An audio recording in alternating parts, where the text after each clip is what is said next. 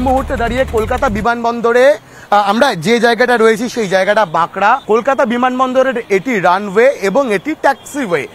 ঠিক আমার বাঁদিকে যেখানে ট্যাক্সিওয়ে, আমার ঠিক ডান দিকেই দেখো এই ধরনের একটি বহুতল তৈরি হয়েছে। যশোর রোড সংলগ্ন এই যে এলাকা, সেই এলাকাতে এই ধরনের বহুতল যেমন তৈরি হচ্ছে, অন্যদিকে দাঁড়িয়ে কিন্তু তার ঠিক পাশে ছবিটা দেখাবো এই মুহূর্তে, কিন্তু কলকাতা বিমানবন্দর থেকে একাধিক বিমান কিন্তু টেক অফ করছে, অর্থাৎ বিমান কলকাতা বিমানবন্দর থেকে উঠে যাচ্ছে, আবার এই দিক থেকেই কিন্তু বিমান কলকাতা বিমানবন্দরে অবতরণ করে। তার পাশাপাশি এই ধরনের যে বিলবোর্ড, অর্থাৎ যে অংশ দিয়ে বা যে এলাকা দিয়ে কিন্তু কলকাতা বিমানবন্দরে বিমান ওঠানামা করে, এই মুহূর্তে তোমাকে আরেকবার বিমানবন্দরের ছবিটা দেখাবো। বিলবোর্ডের একেবারে সংলগ্ন যে এলাকা, সেই এলাকায় বিমান ট্যাক্সি করছে, এখান থেকেই বিমান কিন্তু অবতরণের জন্য রওনা দেয় বা এখান থেকেই কিন্তু বিমান টেক অফ করে বা ল্যান্ড করে। আর সারাউন্ডিংসে যাতে বড় বড় অট্টালিকা বা বিল্ডিং না হয় সেগুলো তো দেখা উচিত।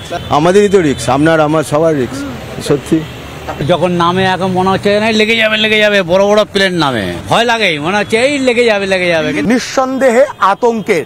এবং অবশ্যই যে 4টি পুরসভার ক্ষেত্রে বলা হচ্ছে, সেটা বিধাননগর পুরসভা হোক বা উত্তর দমদম পুরসভার মতো পুরসভা, সেই জায়গাগুলির ক্ষেত্রে পুরসভা কি ভূমিকা নিচ্ছে সেটাও নিঃসন্দেহে কিন্তু দেখার মতো।